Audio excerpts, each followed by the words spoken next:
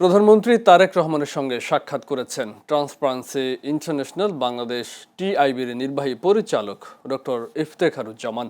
আজ সচিবালয়ে প্রধানমন্ত্রীর দপ্তরে এই সাক্ষাৎ অনুষ্ঠিত হয়।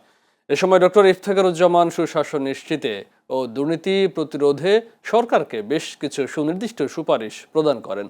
বিশেষ করে দুদকের সংস্কার ও পুনর্গঠনের উপর তিনি গুরুত্ব আরোপ করেন।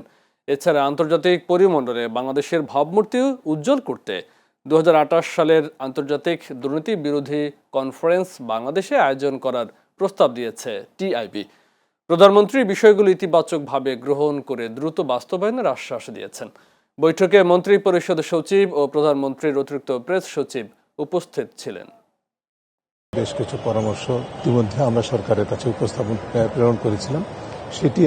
সেগুলো নিয়ে আলোচনার জন্য আমরা সময় চেয়েছি, আমার কথা হয়েছে।